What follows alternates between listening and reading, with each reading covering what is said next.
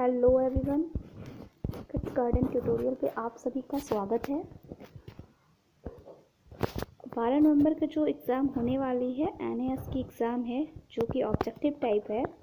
तो आज हम लोग उसके क्वेश्चन पैटर्न को समझने के लिए ये जो सेट है इसको पूरा सॉल्यूशन इसका देखेंगे, ठीक है। तो बने रहिए वीडियो के साथ और बिना स्किप किए आप जो है पूरा वीडियो ज़रूर देखिएगा और ज़्यादा से ज़्यादा शेयर भी कीजिएगा ताकि अधिक से अधिक लोगों को इसका फ़ायदा मिल सके, ठीक है।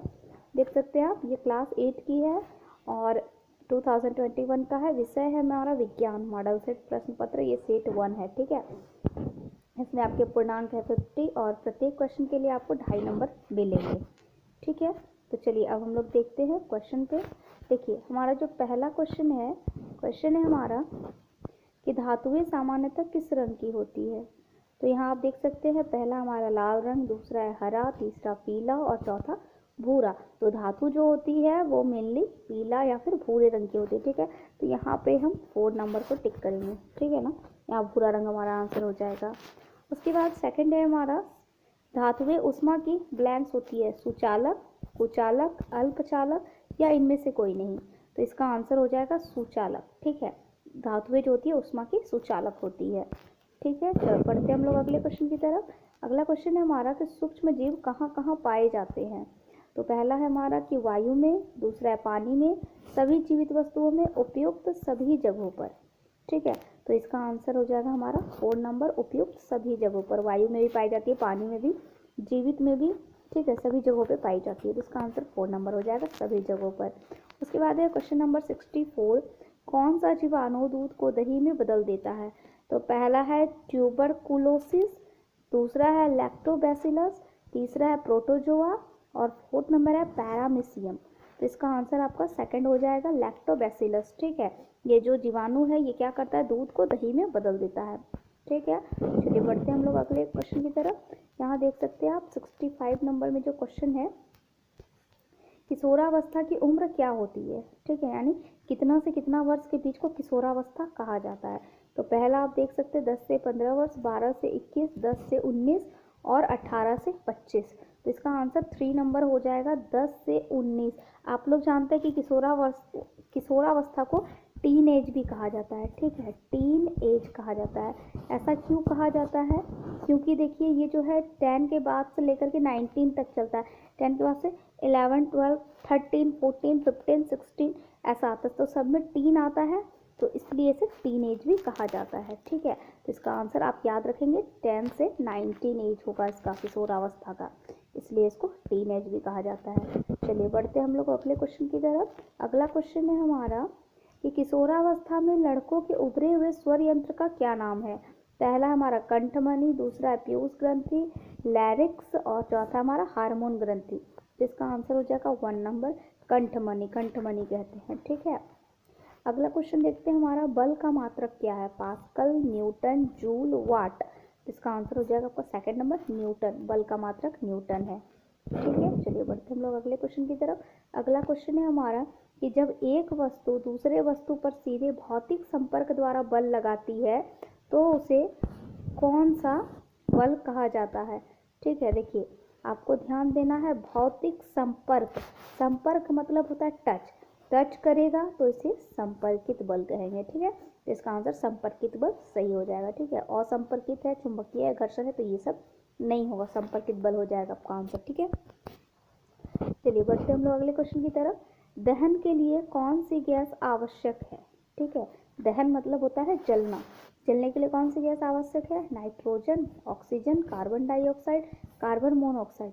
इसका आंसर आपका 2nd नंबर हो जाएगा, ऑक्सीजन। जलने के लिए जो है ऑक्सीजन गैस ज़रूरी है, ठीक है। ऑक्सीजन की उपस्थिति में ही दहन संभव है, तो ये हो जाएगा 2nd नंबर आंसर, ठीक है। चलिए बढ़ते हैं हम लोग अगले क्वेश्चन की तरफ। अगला क्वेश्चन है हमारा कि एलपीजी का पूरा नाम क्या है, ठीक है। यानी फुल फॉर्म पूछा गया हमें एलपीजी का। तो low pressure gas, loaded pressure gas, liquefied petroleum gas, इनमें से कोई नहीं, ठीक है। इसका आंसर 3 नंबर हो जाएगा, लिक्विफाइड पेट्रोलियम गैस, ठीक है। चलिए बढ़ते हम लोग अगले क्वेश्चन की तरफ। अगला क्वेश्चन हमारा कि जो जंतु अपने जैसे शिशु को जन्म देते हैं उन्हें क्या कहते हैं। तो जो जंतु अपने जैसे शिशु को जन्म देते हैं, जरायुज, अंडप्रजक, शिशु प्रजक या फिर अंडायुज। तो यहाँ पे देखिए आपका आंसर फर्स्ट नंबर हो जाएगा जरायुज। ठीक है, अंड प्रजक कहते हैं जो अंडा देता है। ठीक है, और आपको कंफ्यूज नहीं होना है। देखिए इस तरह के क्वेश्चन जो ऑप्शन डाले जाते हैं वो आपको कंफ्यूज करने के लिए डाले जाते हैं कि शिशु प्रजक, ताकि आप शिशु को देख करके शिशु प्रजक में टिक कर देंगे, लेकिन ये आपको गलत हो जाएगा। ठीक है, आपको याद रखना है दो तरह का ही होता है, जरायुज और दूसरा होता है अंड प्रजक। ठीक है, तो इसीलिए जरायुज हो जाएगा जो शिशु को जन्म देते हैं, और जो अंडे देते हैं तो अंड प्रजक कहते हैं उसको। ठीक है, चलिए बढ़ते हैं हम लोग अगले क्वेश्चन की तरफ। अगला क्वेश्चन हमारा कि हाइड्रा का अलैंगिक जनन क्या कहलाता है? द्विखंडन, बहुखंडन, मुकुलन या फिर प्रजनन। तो इसका आंसर 3 नंबर हो जाएगा, मुकुलन कहलाता है। हाइड्रा का अलैंगिक जनन मुकुलन कहलाता है। ठीक है, उसके बाद बढ़ते हैं हम लोग अगले क्वेश्चन की तरफ। 73 देखिए, वे वस्तुएं जो प्रकाश उत्सर्जित करती है क्या कहलाती है? प्रदीप्त, अप्रदीप्त, प्रकाश पुंज या इनमें से कोई नहीं। तो इसका आंसर फर्स्ट नंबर हो जाएगा, प्रदीप्त कहलाती है। ठीक है, चलिए बढ़ते हैं हम लोग अगले क्वेश्चन की तरफ। सूर्य का श्वेत प्रकाश कितने रंगों का होता है? ठीक है, सूर्य का जो श्वेत प्रकाश है उसमें कितने रंग होते हैं? 5, 6, 7, 8। तो इसका आंसर 3 नंबर हो जाएगा, 7। ठीक है, उसके प्रकाश में 7 रंग होते हैं। चलिए बढ़ते हैं हम लोग अगले क्वेश्चन की तरफ। अगला क्वेश्चन हमारा कि झारखंड की एक प्रमुख आपदा इनमें से क्या है? बाढ़, भूकंप, ज्वालामुखी, तड़ित। तो यहाँ इस 4 ऑप्शन के अकॉर्डिंग ये 4 नंबर हो जाएगा, तड़ित, यानी बिजली का गिरना बहुत ज़्यादा होता है। ठीक है, चलिए बढ़ते हैं हम लोग अगले क्वेश्चन की तरफ। देखिए, पृथ्वी के भूपटल का कंपन क्या कहलाता है? भूकंप, ज्वालामुखी, तड़ित या फिर दैविक प्रकोप। तो भूपटल का कंपन है तो भूकंप कहलाएगा। ठीक है, अगला क्वेश्चन हमारा कि वायुमंडल में किस गैस की मात्रा सबसे अधिक होती है? नाइट्रोजन, ऑक्सीजन, कार्बन डाइऑक्साइड या फिर कार्बन मोनोऑक्साइड। तो वायुमंडल में जो है सबसे अधिक मात्रा में है नाइट्रोजन। ठीक है, तो इसका आंसर पहला हो जाएगा। चलिए बढ़ते हैं अगले क्वेश्चन की तरफ। अगला क्वेश्चन है हमारा कि हमें स्वच्छ श्वसन के लिए किस गैस की आवश्यकता होती है? ठीक है, यानी हमें श्वसन के लिए किस गैस की आवश्यकता होती है? Carbon dioxide, oxygen, carbon dioxide और चौथा है हमारा ऑर्गन। ठीक है, ये दोनों सेम ही ऑप्शन दे दिए हैं। ठीक है, तो श्वसन के लिए हमें चाहिए ऑक्सीजन। ठीक है, ऑक्सीजन की आवश्यकता होती है। चलिए अब बढ़ते हैं हम लोग 79 क्वेश्चन की तरफ कि रबी फसल का उदाहरण है। रबी फसल का उदाहरण क्या हो जाएगा? तो इसका आंसर गेहूँ हो जाएगा। ठीक है, अब हमारा लास्ट क्वेश्चन देखते हैं हम लोग। देखिए लास्ट क्वेश्चन है हमारा कि सूर्य का सबसे बड़ा ग्रह कौन सा है? पृथ्वी, बुध, बृहस्पति या फिर शुक्र। तो सबसे बड़ा जो है हमारा वो हो जाएगा बृहस्पति।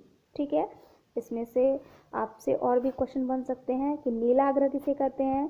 तो नीला ग्रह हो जाएगा पृथ्वी। और उसके बाद जो है आपको इस तरह से पूछा जा सकता है कि पृथ्वी की जुड़वा बहन किसे कह सकते हैं? तो उसका आंसर हो जाएगा आपका शुक्र। ठीक है, तो इस तरह से आपके क्वेश्चन बन सकते हैं। ठीक है, लाल ग्रह किसे कहते हैं? लाल ग्रह, तो लाल ग्रह होता है मंगल। ठीक है, ये सब क्वेश्चन आपको याद रखने हैं। ये सब कुछ क्वेश्चन है, ठीक है, जो कि आपसे पूछे जा सकते हैं। ठीक है, तो आई होप कि आपको वीडियो अच्छा लगा होगा। अच्छा लगा होगा तो प्लीज़ वीडियो को लाइक कीजिएगा और ज़्यादा से ज़्यादा अपने फ्रेंड्स के साथ शेयर कीजिएगा। और अगर आप चैनल पे नए हैं तो प्लीज़ चैनल को सब्सक्राइब कर लीजिएगा, क्योंकि और भी सेट्स अपलोड होंगे। ठीक है, तो आप सब्सक्राइब ज़रूर कर लें। Thank you.